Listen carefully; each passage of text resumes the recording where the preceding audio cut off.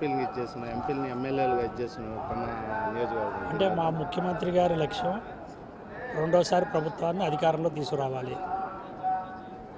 అది పేద ప్రజల కోసం ఏర్పాటైనటువంటి ప్రభుత్వం ఇది.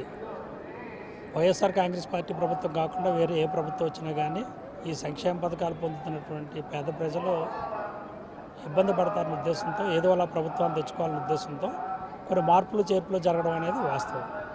ఆయన ఏం చేసినా అదంతా కూడా పార్టీ శ్రేయస్సు కోసం, అలా రాష్ట్రంలో రెండోసారి వైఎస్ఆర్ కాంగ్రెస్ పార్టీ అధికారంలోకి తీసుకురావడం కోసం చేస్తున్నటువంటి మార్పులు చేర్పులు తప్పితే ఇందులో ఎవరి మీద ఎటువంటి ఇబ్బందులతో కానీ ఎవరి మీద ఎటువంటి రాగద్వేషాలతో కానీ చేసినటువంటి పరిస్థితులు కాదనేది మా అందరూ కూడా గమనించుకుని ఉన్నాం. కాబట్టి తప్పకుండా ముఖ్యమంత్రిగా జగన్మోహన్ రెడ్డి గారు రెండోసారి ప్రమాణ స్వీకారం చేయడం జరుగుతుంది. ప్రభుత్వం మళ్ళీ అధికారం రావడానికి సిద్ధంగా ఉందనేది మేము తెలుస్తున్నాం. ఇదే దీంట్లో ఉండి కొంతమంది ఎమ్మెల్యేలు అదర్ పార్టీలోకి వెళ్తున్నారు, అంటే సీట్ ఇవ్వలేదని చెప్పేసి.